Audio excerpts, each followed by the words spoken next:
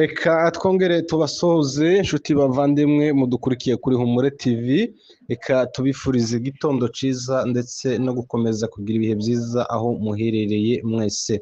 Nanone tubaha ikaze mu makuru yacu yo muri iki gitondo, turi ku itariki 29 z'ukwezi kwa mbere umwaka ni 2026.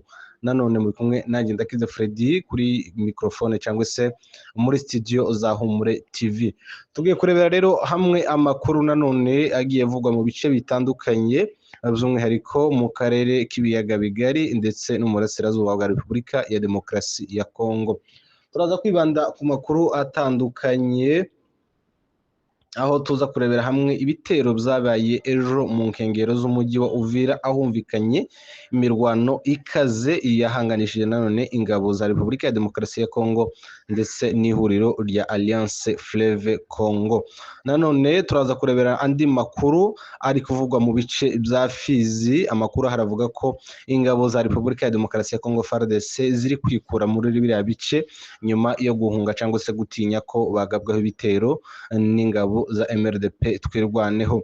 Nanone turaza gukubitira nanone mu bindi bice bitandukanye by'igihugu cyangwa se by'uburasirazuba bwa Afurika, aho tuza kugera mu Rwanda turebere hamwe amakuru y'uko kuri ubu ngubu uwitwa Jean Maurice yagizwe umuvugizi wa guverinoma y'u Rwanda wungirije, nanone akaba yasimbuye wari umuvugizi nanone w'iki gihugu uheruka kwitaba Imana mu kwezi kwa kane umwaka 2025.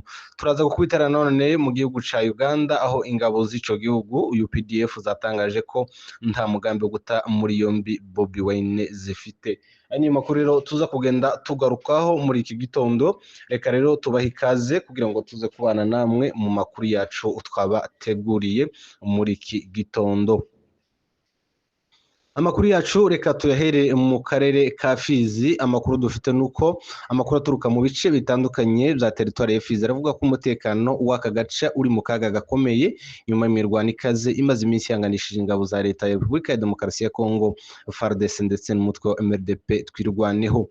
Amakuru yizewe atangwa na bamwe mu baturage ndetse n'amasoko atandukanye y'umutekano agaragaza ko FARDC yatangiye kugaragaza intege nke zikomeye bitewe n'imbaraga n'ubushobozi buhanitse bw'intwaro bivuga ko zikoreshwa na MRDP twirwaneho.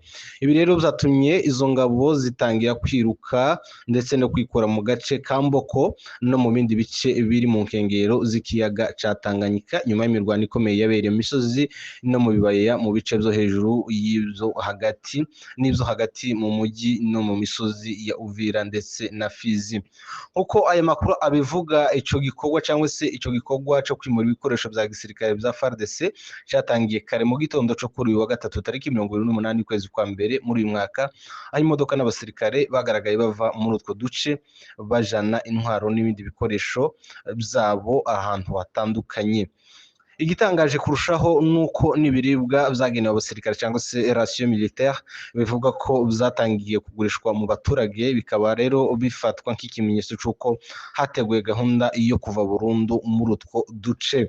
Aya makuru nanone anongeraho ko FARDC ishobora no kwikura mu bindi bice zo muri teritwari ya Fizi muri ijoro ryakeye, ibintu bikomeje guteza impungenge zikomeye mu baturage b'iyi teritwari. Abasesenguzi rero mu by'umutekano bavuga ko mu gihe ibintu bikomeje kuba uko biri, hari impungenge zikomeye z'uko umujyi wa Baraka ushobora kugwa mu maboko ya twirwaneho mu masaha make yari imbere cyangwa se mu minsi iri imbere. Kugeza ubu ngubu gusa ubuyobozi bwa leta ntiburagira icyo bitangaza cyangwa se ntiburatanga itangazo risobanura birambuye kuri ayo makuru. Gusa abaturage bavuga ko ubwoba ari bwinshi no guhunga no kwibaza ku hazaza byiyongereye cyane cyane mu miryango ifite impungenge y'uko imirwano ishobora kwinjira mu mujyi no mu buryo bweruye. Kugeza ubu rero ubuyobozi bwa leta ntiburagira itangazo uritanga birambuye ndetse n'ibisobanuro birambuye kuri ayo makuru. Gusa abaturage bavuga ko ubwoba ndetse no guhunga no kwibaza ku hazaza bwiyongereye cyane cyane mu miryango ifite impungenge ko imirwano ishobora kwinjira muri uwo mujyi byeruye. Ikibazo rero ucongeye kugaragaza ubukana n'uburemere bw'intambara ikomeye mu burasirazuba bwa Repubulika ya Demokarasi ya Kongo, aho umutekano ukomeje kuzamba bigashira abaturage mu byago. Reka amakuru yacu nanone tuyakomereze amakuru dufite nuko kuri wa gatatu tariki 28 y'ukwezi kwa mbere muri uyu mwaka mu nkengero z'umujyi wa Uvira humvikanye imirwano ikaze yahuje ingabo za Repubulika ya Demokarasi ya Kongo n'abarwanyi b'ihuriro Alliance Fleuve Congo kuko byemezwa n'amakuru yizewe yahawe natwe cyangwa se yaturutse mu baturage bari hariya muri biriya bice ndetse no mu nzego z'umutekano.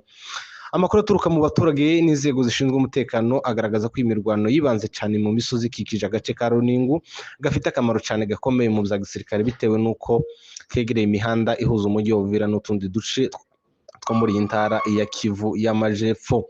Nk'uko byatangajwe n'abatangabuhamya bari hafi y'aho byabereye, imbunda ziremereye n'izoroheje zumvikanye mu misozi zarumvikanye ku munsi w'ejo wose guhera mu masaha yo mu gitondo kugeza mu masaha ya nyuma ya saa sita za kumanywa. Imirwano rero yabereye ahanini mu duce twa Kashatu, Umugaja ndetse no mu tundi duce two mu misozi iri hejuru ya Runingu, aho izo mpande zombi zagiranye ihangana rikomeye. Abaturage bo muri utwo duce bavuga ko ubukana bw'amasasu bwatumye benshi bahunga ingo zabo batinya ko imirwano yakwiyongera ikagera mu bice bituwe cyane cyane byegereye umujyi wa Uvira. Amakuru rero akomeza avuga ko imirwano yabaye nyuma y'uko mu cyumweru cyari cyabanje mu gace ka Runingu hoherejwe abasirikare benshi barimo abo Burundi bakorana na FARDC ndetse n'abarwanyi ba FDLR ndetse n'imitwe yitwaje intwaro ya Wazalendo. Ibi rero byari bigamije nk'uko amasoko abivuga gutangiza ibitero byo gusunika inyuma AFC M23 no kuyikura mu bice ifitemo ibirindiro. Ihuriro ry'ingabo za leta rikomeje gushira imbaraga mu kugaba ibitero mu nkengero za Uvira, aho rifata uyu mujyi nk'ingenzi mu kurinda umutekano w'intara ya Kivu y'Amajepfo ndetse n'imipaka iyitandukanya n'ibihugu bituranyi.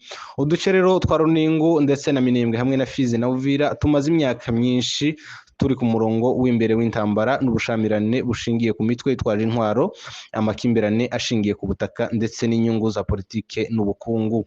Ibi bice rero byagiye bihinduka indiri y'imitwe myinshi yitwaje intwaro, yaba imbere mu gihugu cyangwa se ifite imizi mu karere k'ibiyaga bigari. Kuva AFC M23 rero yafata umujyi wa Goma ndetse n'intara Kivu y'Amajepfo yatangiye kugaragaramo umwuka w'intambara wari umaze igihe wibumbiye cyane muri Kivu y'Amajyaruguru. Ibi rero byatumye leta ya Kongo ishyira imbaraga mu kohereza ingabo nyinshi n'abafatanyabikorwa bayo mu rwego rwo gukumira ko uyu mutwe wakomeza kwagura ibirindiro byawo. Nubwo impande zombi zitaratangaza imibare y'abaguye muri iyi mirwano, impungenge zikomeje kuba nyinshi ku mutekano w'abasivile cyane cyane abatuye mu nkengero z'imisozi ya Runingu. Rero imiryango iharanira uburenganzira bwa muntu irasaba ko abasivile barindwa hakirindwa ibikorwa byose bishobora gushira ubuzima bw'abaturage mu kaga. Mu gihe rero ibintu bikomeje kuba ibidasobanutse neza, abakurikiranira hafi ibera muri Kivu y'Amajepfo avuga ko imirwano yabaye ku munsi w'ejo hashize ishobora kuba intangiriro y'indi mirwano ikaze mu gihe hataboneka igisubizo ca politike. Uko niko rero byari byifashe ku munsi w'ejo, habaye intambara ikomeye cyane muri ibi bice bya Mugaja nanone biherereye hafi na Runingu, aho byasize nanone izi mpande zombi zishamiranye mu buryo bukabije cyane, ariko nanone byasize ingabo cyangwa se coalition ya FARDC, ingabo z'abarundi FDLR Wazalendo bakubiswe ahababaza cyane. Nanone kandi ikindi cyabaye ku munsi w'ejo nanone twabagaje mu makuru yacu ya nijoro, nuko hari drone yarasaga amagrenade cyane cyane mu misozi miremire y'umurenge.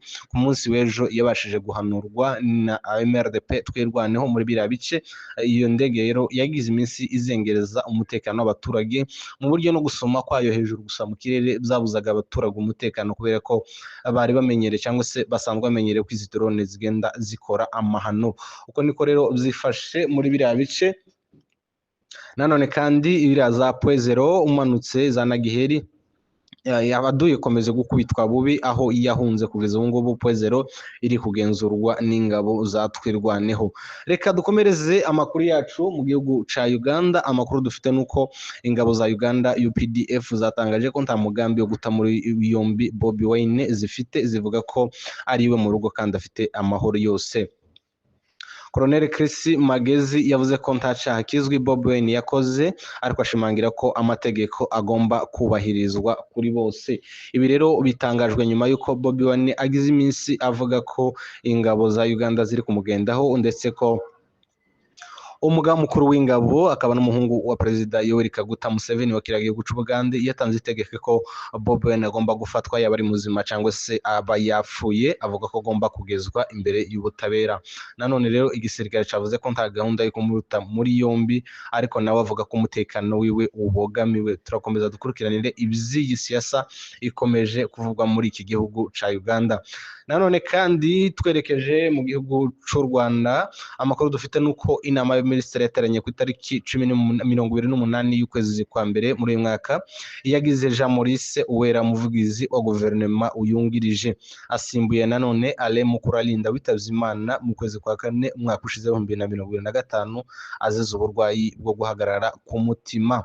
Uwera rero wasimbuye yarasanzwe ari umunyamakuru wa Sky FM, yagiyeho avuye kuri televiziyo y'u Rwanda. Uko niko bimeze nanone muri kiriya gihugu c'u Rwanda, aho bari bagize iminsi nta muvugizi wungirije wa guverinoma, ariko kuri uyu munsi babashije kumubona. Reka rero tubashimire mwebwe tubanye muri aya makuru yacu magufi yo muri iki gitondo, tubararikire no gukomeza kubana natwe mu makuru yacu tugenda tubategurira umunsi ku wundi. Reka rero tuze gusubira mu makuru yacu yo mu wundi mwanya. Ciao ciao.